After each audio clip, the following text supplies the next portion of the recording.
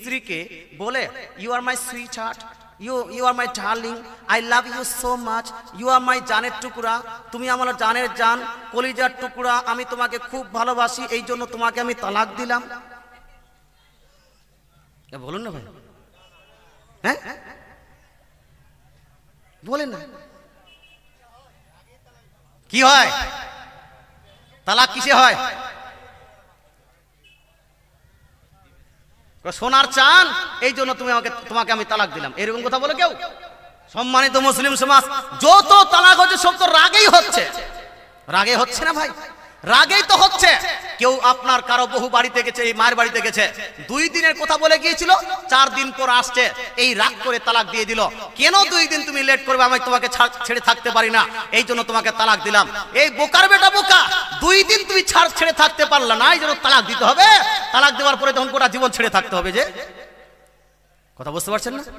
সম্মানিত মুসলিম সমাজ, লবণ বেশি হয়ে গেছে এই জন্য তালাক, বিছানা ঠিকভাবে করিনি এই জন্য তালাক, ঠোঁট পালিশ দেয়নি এই জন্য তালাক, কুমকুম দেয়নি এই জন্য তালাক, চুল ঠিকভাবে যেন আছড়াচ্ছে না এই জন্য তালাক, আপনার বন্ধুর সঙ্গে ভালো মতো কথা বলিনি এই জন্য তালাক। কত তালাকের স্টাইল দেখবেন। আপনার কেউ গেছে দুবাই আপনার বাইরে কাজ করতে, স্ত্রীকে বলেছে রাত্রি 11টার সময় তুমি ফোন করবে, স্ত্রী যেন ওই কি বলছে বাচ্চাকে নিয়ে 10টার সময় ঘুমিয়ে গেছে, 11টা 12টা হয়ে গেল, কোনো ফোন নাই, ছেলেটা 12টা 1টা 2টা পর্যন্ত যেন জেগে আছে। তারপরে সকালে উঠে স্ত্রী আপনার ফোন লাগিয়েছে, বলে তোকে আর রাখবোই না, তোমাকে আমি বলেছিলাম তুমি যেন আমাকে 11টার সময় ফোন করবে, 11-10টা পর্যন্ত আমার ডিউটি ছিল, না না আমি বাচ্চাটাকে নিয়ে ঘুমিয়ে গিয়েছিলাম, আমি বুঝতে পারিনি, না তোমাকে রাখবো না, যাও তোমাকে আমি তালাক দিয়ে দিলাম।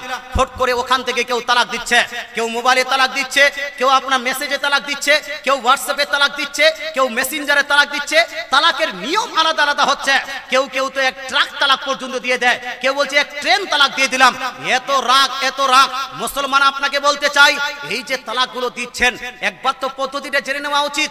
রাগ উঠা ভালো বাপ, রাগ উঠেছে অন্য কোনো পদ্ধতি অবলম্বন করতেন, কিন্তু এই যে তালাকগুলো দিলেন, তালাকগুলো হলো কি হলো না জানার দরকার আছে কি নাই? এ বলুন না ভাই, বলবো যারা বলছেন বলুন, একটু হাত তুলে বলুন না ইয়া রাসূলুল্লাহ। কেউ যদি নিজ স্ত্রীকে 3 তালাক দিয়ে দেয়, 3 তালাক দেওয়ার পরে কি পদ্ধতি অবলম্বন করতে হয় একটু জানার দরকার আছে। মুসলমান আজকে অনেক বিষয় আছে। গত বছর আমি মনে আছে আমার, যে গত বছর আমি এখানে আলোচনা করেছিলাম যে কোর্টের তালাক চলবে কি চলবে না, এটা বলেছিলেন কিনা? কোর্টের তালাক চলবে কি চলবে না? মুসলমান এই প্রসঙ্গে আপনার আলোচনা শুনেছেন, কিন্তু আপনার এই যে কোনো ব্যক্তি যদি নিজ স্ত্রীকে তালাক দিয়ে দেয়, তাহলে তালাকটা চলবে কি চলবে না, কি ধরনের তালাক দিলে জায়েজ হবে, কি ধরনের তালাক দিলে না জায়েজ হবে, একবার দরুদ শরীফ পড়ি। আল্লাহুম্মা মাওলানা জাহিরি শামসুদ্দোহা বদরে দোজা আউয়াল নবী আখিরি। সম্মানিত মুসলিম সমাজ, এতক্ষণ পর্যন্ত যে আলোচনা হলো মদ সংক্রান্ত, একটু আমি আপনাকে শুধু যাচাই করতে চাই, যারা এখানে বসে আছেন ভাই, তাদের একটু যাচাই করতে চাই যে আজ থেকে যদি আমরা কোনোদিন মদ পান করেছি, আজ থেকে আমরা সব বাদ দিব, আজ থেকে আমাদের সমাজে মদ পান চলবে না। যারা যারা বলছেন আজ থেকে আর মদ পান চলবে না, তারা একটু হাত তুলে বলুন তো ইয়া রাসূলুল্লাহ। এই যুবক ভাই, আপনাদের হাত উঠছে না কেন? আজ থেকে মদ বাদ দিয়ে দিব।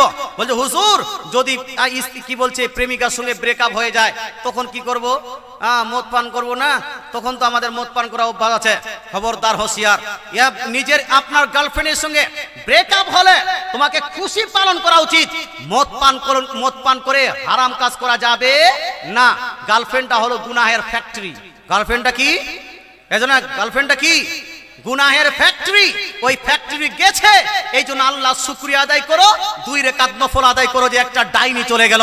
সম্মানিত মুসলিম সমাজ, এর জন্য আর একটা গুনাহ থেকে বেঁচে আরেকটা গুনাহতে যাবে না।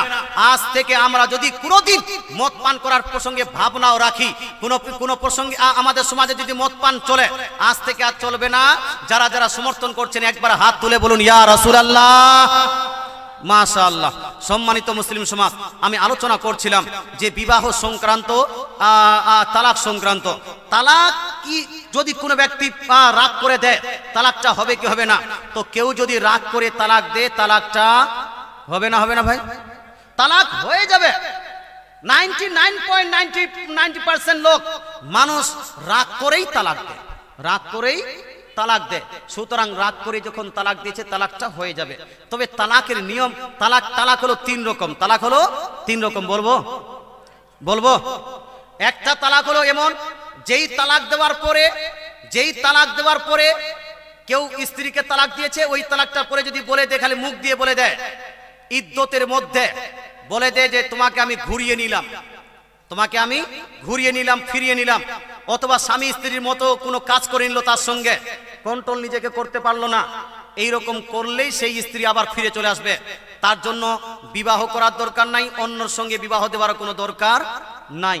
কথা বুঝতে পারছেন না? তালাক কেউ দিয়েছে আর বলছে, পরক্ষণে বললো যে আমি তোমাকে ফিরিয়ে নিলাম, এই কথাটা বলার কারণে সে ফিরে চলে আসবে। তো সহজ না এটা? একটা হলো এটা পদ্ধতি। 2 নাম্বার পদ্ধতি হলো, কেউ যদি নিজ স্ত্রীকে তালাক দেয়, এই তালাক দিলে স্ত্রীকে তালাক দেওয়ার পরে তাকে শুধু তোমাকে ঘুরিয়ে নিলাম বললে, ফিরিয়ে নিলাম বললে চলবে না, তার সঙ্গে পুনরায় বিবাহ করতে হবে। কি করতে হবে? পুনরায় বিবাহ করতে হবে।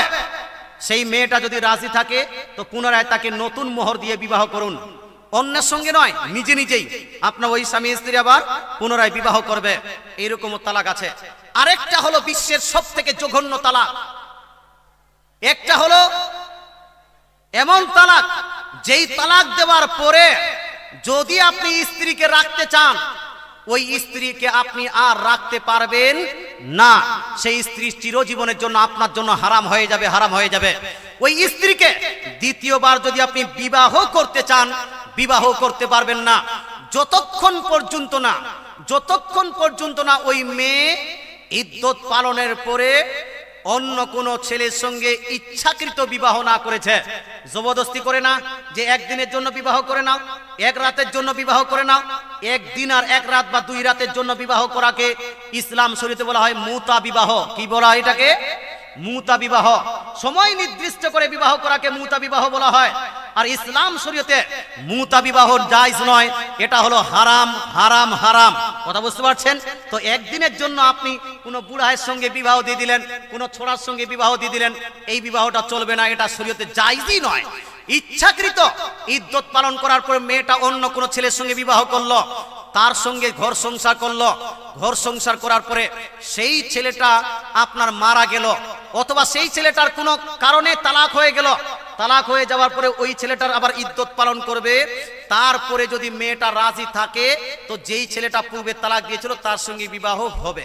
তো পদ্ধতি হলো কয়টা ভাই? এই জন্য বলেন কয়টা? 3টা।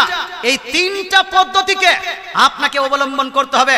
মুসলমান আপনাকে বলতে চাই, তালাকের পরে ইদ্যত পালন করতে হয়। ইদ্যতটা কি জিনিস আপনাদের জানা